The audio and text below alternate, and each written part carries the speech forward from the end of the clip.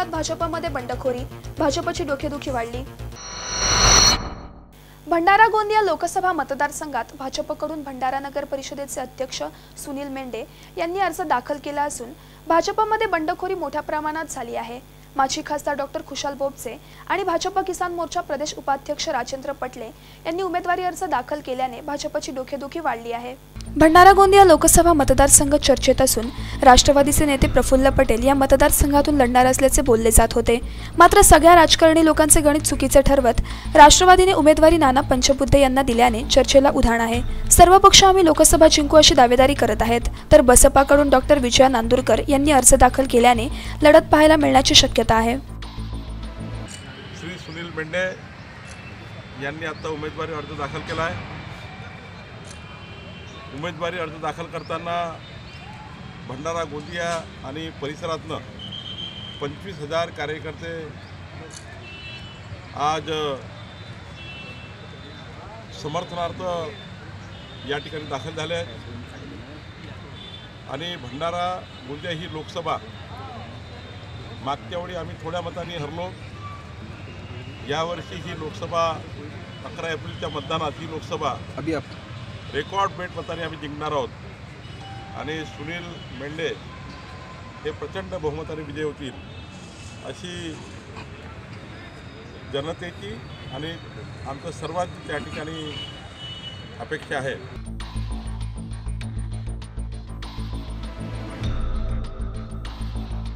आज सर्व शिक्षा अभियान, नेशनल रूरल हेल्थ मिशन और अनेक इवन आवास योजना, ये सब में पैसे की कटौती हुई है। घोषणा बहुत हो रही है, वहाँ दिल्ली में ऐसा लगता है कि पूरे देश में ये सब योजनाएं बहुत ज़ोर से चल रही है, लेकिन वास्तव में यहाँ पर कोई भी प्रकार की योजना लागू नहीं हो रही है। इसलिए लोगों ने मन बना लिया है इस बार परिवर्तन का देश में, और उसका फ़ायदा हमारे उम्मीदवार नाना पंचबुद्धे को मिलेगा। हम अवश्य जीतेंगे और लोगों को जो आज यहाँ पर खास करके दोनों ज़िले में जो प्रफुल्ल पटेल के ऊपर विश्वास है कि मैं यहाँ के विकास के लिए कार्यरत रहूँ, तो निश्चित नाना पंचबुद्धे के माध्यम से हम विकास करेंगे और हमारे दोनों ज़िले में जो प्रश्न है इसको हम सॉल्व करेंगे।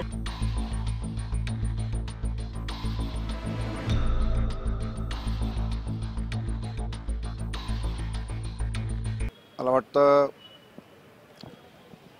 पक्षाचा फॉर्मही भरलेला आहे, पण मला आतापर्यंत एबी फॉर्म काही मिळालेला नाही आणि तयारी ही बऱ्याच दिवसापासून होती आपली। पक्षाकडे आपण मागणी केलेली होती आणि मी मागणी करण्यापेक्षा मला पक्षाकडूनच सांगितण्यात आलेलं होतं आधी किंवा निवडणूक लढायची आहे, पण शेवटल्या दिवसापर्यंत काही तसा निरोप कन्फर्मेशनचा नाही मिळाला। तर माझ्या डोक्यात विषय असा आला की बा आपण या मतदारसंघाचं नेतृत्व आधी केलेलं आहे, ती कालावधी अल्प होती।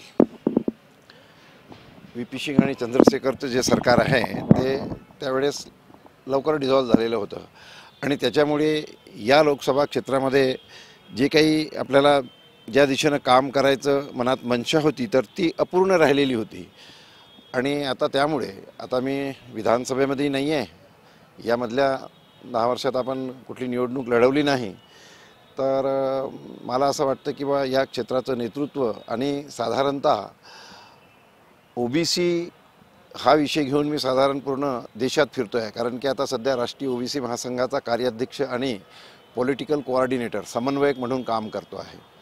तर हे जे आमचे OBCचे प्रश्न आहेत ते देशाच्या पार्लमेंटमध्ये लोकसभेमध्ये मांडता आले पाहिजे, हा मूळ मुद्दा माझा आहे।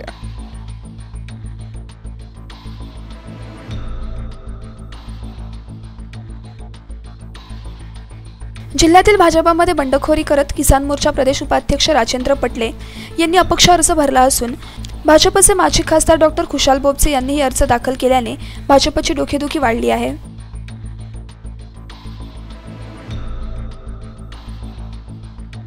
राजेश कुमार तायवाडे, संवाद मराठी लाईव्ह, गोंदिया।